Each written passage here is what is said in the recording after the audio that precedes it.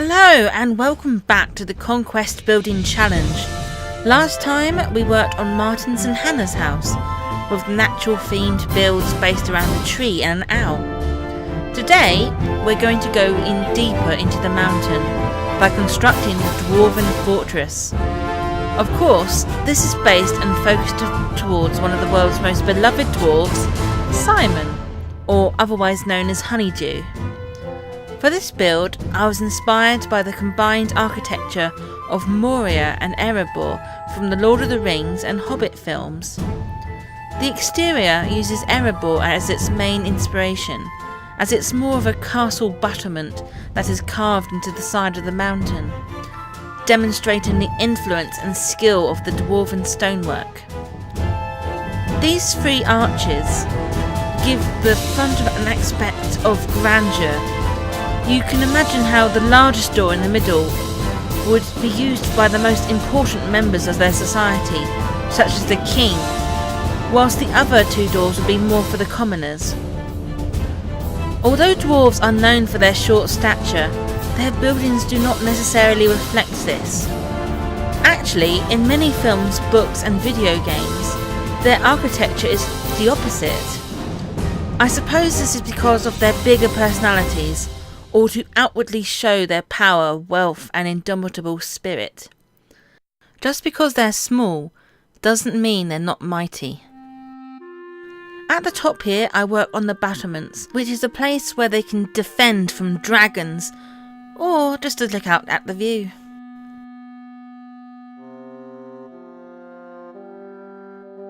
To give this front a bit more detail, I use stairs, buttons and cobblestone fences, and anything to give it more texture rather than straight up and down fascia.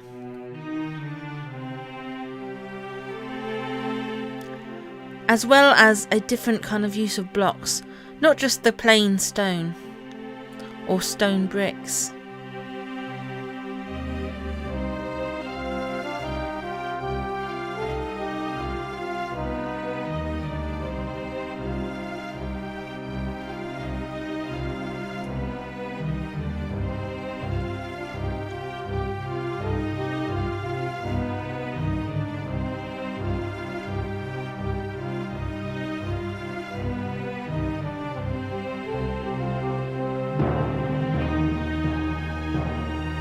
Unfortunately, in vanilla Minecraft, large doors like this are impossible to open and close, so these will just have to remain open. But I still wanted to keep the illusion that if they needed to, they could close. These other doors will look closed, but will have a little access door using a normal Minecraft door. For some reason, the only example I can think of is the gate in Bree, when the hobbits in Lord of the Rings are heading towards the prancing pony. After finishing the exterior, we go inside. Now, the interior is based upon the large caverns of Moria, with the hall of columns that seem to go on forever into the dark. Now, the reason I'm doing this interior first before finishing the hill itself is that by doing this I have greater freedom for the interior, as I am not restricted by the space or darkness. You can see how the outer columns are larger than those in the middle. At first these columns were just straight up and down, but later on I go back and add a bit of tapering, giving it a more appealing appearance.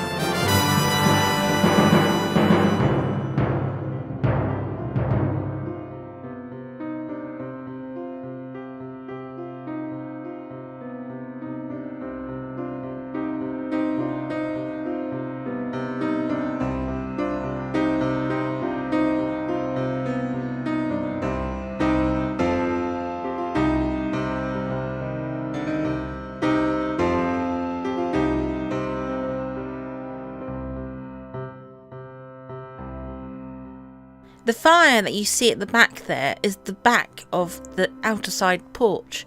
Later on this could be more of a smeltery.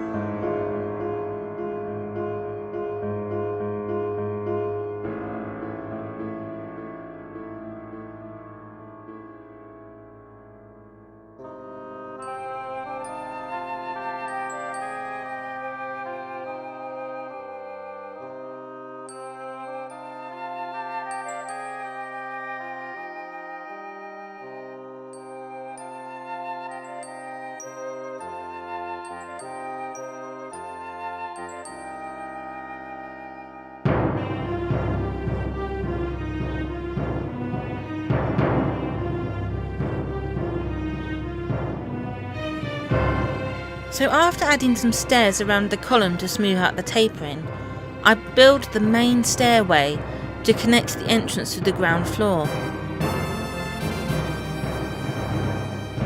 This entrance is of course supposed to be the most grand in the entire build, so I add this archway and add a golden path to give it a sense of grandeur and wealth.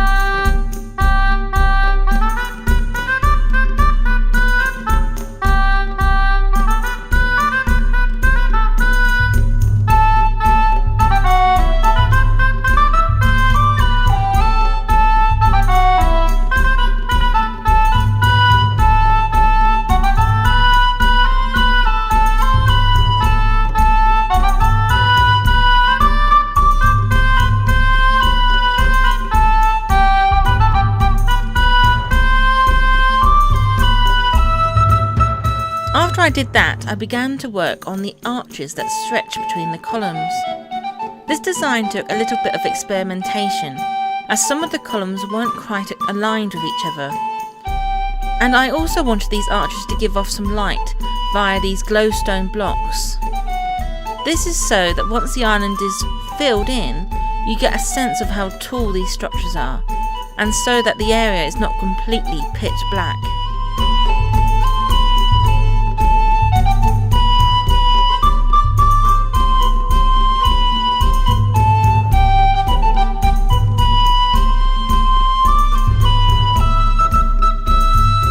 Whilst I'm doing these arches, I go round fixing any columns that weren't quite right, and to change any of those I hadn't quite tapered up yet.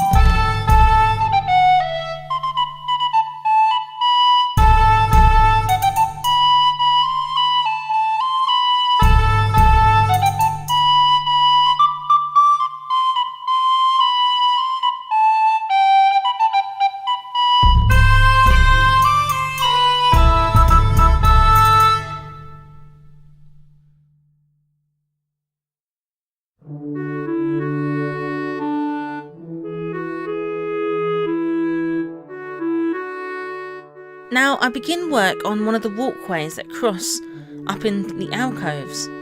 This will later serve as a way to join many of the buildings on the exterior.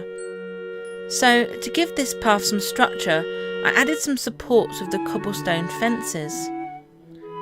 This will add to the castle-like appearance and prevent you from falling down into the fortress below.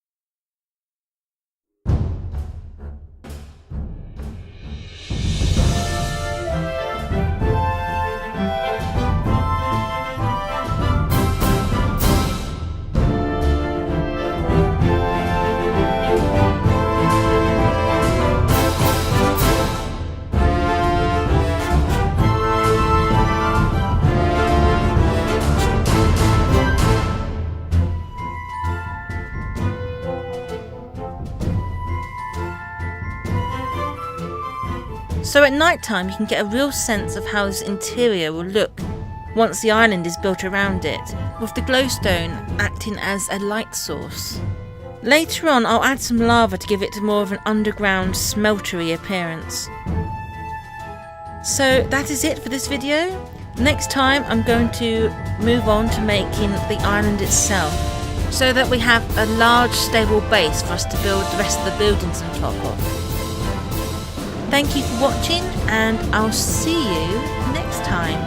Bye!